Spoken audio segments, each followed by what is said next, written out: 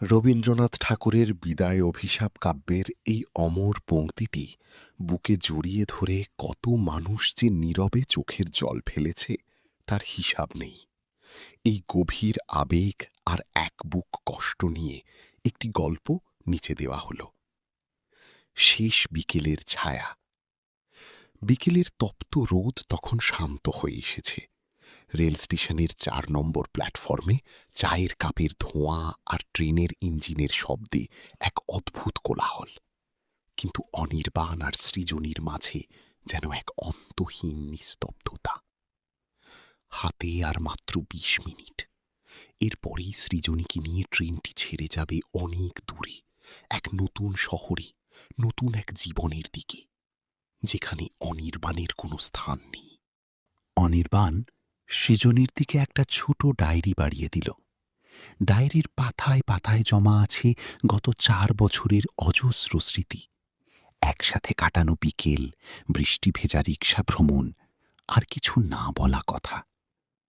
সৃজনী ডায়েরিটা হাতে নিয়ে সৃজনী চমকে উঠে অনির্বাণের দিকে তাকাল। অনির্বাণ বলতে লাগল, তুমি ঋণের কথা বলছো সৃজনী? আসলে তো ঋণটা আমার। এই যে আমি কাউকে এতটা ভালোবাসতে পারলাম, ভালোবাসার এই তীব্র অনুভূতিটা যে আমার বুকে জন্ম নিল, সে তো তোমারই দেওয়া। তুমি আমার জীবনে এসেছিলে বলেই তো আমি নিজেকে নতুন করে চিনতে পেরেছি। তুমি আমার দেওয়া সামান্য যত্নটুকু গ্রহণ করেছ, তাতেই আমার জীবন ধন্য হয়েছে। তাই ঋণী যদি কেউ হয়ে থাকি, তবে সে আমি। ট্রেনের হুইসেল বেজে উঠল। চারপাশের মানুষজনের ব্যস্ততা বেড়ে গেল। সৃজনীর যাওয়ার সময় হয়ে এসেছে।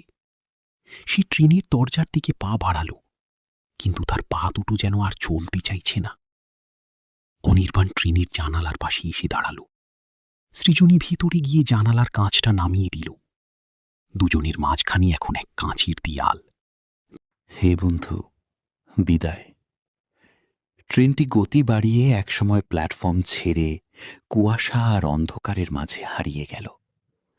অনির্বাণ ঠায় দাঁড়িয়ে রইল শূন্য লাইনের দিকে তাকিয়ে। চারপাশের চায়ের দোকান, ট্রেনের শব্দ, সব যেন এক নিমেষে স্তব্ধ হয়ে গেল। সে জানত সৃজনী হয়তো অন্য কারো সংসারে সুখে থাকবে, কিন্তু অনির্বাণের আকাশের যে তারাটি আজ খসে পড়ল, তার কোনোদিন ফিরে আসবে না। রেখে গেল শুধু এক জনমের ঋণ আর এক বুক নীরব হাহাকার। ট্রেনটি চলে যাওয়ার পর প্ল্যাটফর্মটা যেন আচমকা এক মহাশূন্যে পরিণত হল। অনির্বাণ স্তব্ধ হয়ে দাঁড়িয়ে রইল কতক্ষণ, তার কোনো হিসাব নেই।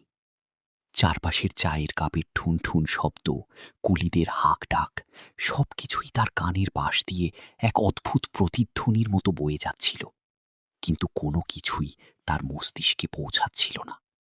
ধীরে ধীরে সে রেল স্টেশন থেকে বের হয়ে রাস্তায় এসে দাঁড়াল। বসন্তের শেষ বাতাসটা গায়ে লাগতেই তার বুকের ভেতরটা হু হু করে উঠল।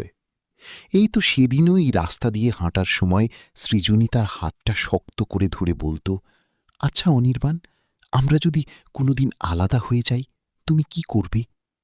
তখন অনির্বাণ হেসে উড়িয়ে দিয়েছিল। আজ উত্তরটা সে পেয়ে গেছে। আলাদা হয়ে গেলে মানুষ মরে যায় না, শুধু বেঁচে থাকার ইচ্ছেটুকু হারিয়ে ফেলে। ১ বছর পর সময় নদীর মতো বয়ে যায়, কারো জন্য থমকে থাকে না। সৃজনীর বিয়ের আজ ১ বছর পূর্ণ হল। নতুন শহর, নতুন মানুষ আর নতুন সংসারের দায়িত্বের মাঝে সে নিজেকে মানিয়ে নেওয়ার আপ্রাণ চেষ্টা করে চলেছে। তার স্বামী মানুষ হিসেবে মন্দ নয়, যথেষ্ট যত্নশীল, কিন্তু সৃজনীর মনের এক কোণে যে বিশাল এক শূন্যতা, তা কেউ কোনোদিন টের পায়নি। আজ বিকেলে আলমারি গোছাতে গিয়ে হঠাৎ করেই সৃজনীর হাত পড়ল না। আজ আর নিজেকে ধরে রাখতে পারল না। ডায়েরিটা বুকে চেপে সে জানালার পাশে এসে বসল। পাতা উল্টাতেই চীনা হাতের অক্ষরে অনির্বাণের লেখাগুলো তার চোখের সামনে ভেসে উঠল। ডায়েরির শেষ পাতায়, যেখানে অনির্বাণ বিদায়ের দিন কবিতাটি লিখেছিল, তার ঠিক নিচে ছোট করে একটি নোট লেখা ছিল, যা সৃজনী সেদিন তাড়াহুড়োয় খেয়াল করেনি। সেখানে লেখা ছিল, সৃজনী, জীবন হয়তো তোমাকে অন্য এক গল্পে নিয়ে যাবে, কিন্তু মনে রেখো, কোনো এক বিকেলে যদি তোমার খুব একা লাগে, যদি মনে হয় সব থেকেও কিছু একটা নেই, তবে বুঝে নিও, দূরের কোনো এক শহরে কেউ একজন আজও তোমার দেওয়া স্মৃতিগুলো বুকে নিয়ে বেঁচে আছে। তোমার সুখের প্রার্থনা করাই এখন আমার একমাত্র ইবাদত।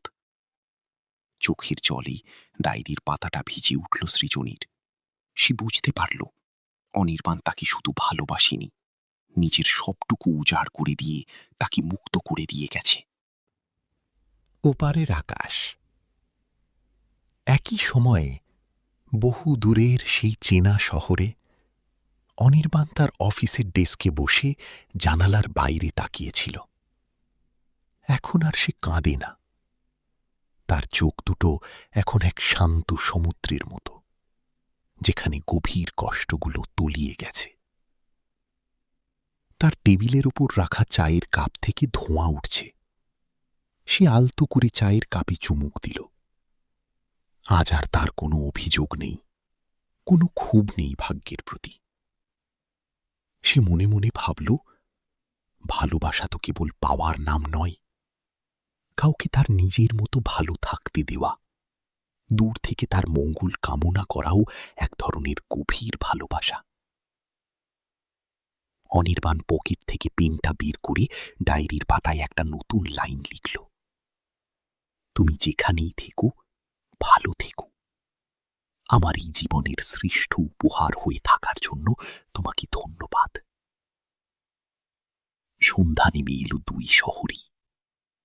একজন ডায়েরি বুকে জড়িয়ে পুরনো স্মৃতির অতীতে কাঁদছে, আর অন্যজন স্মৃতির আলোতেই নিজের অন্ধকার ভবিষ্যৎকে মেনে নিয়ে শান্ত হাসিতে পথ চলছে।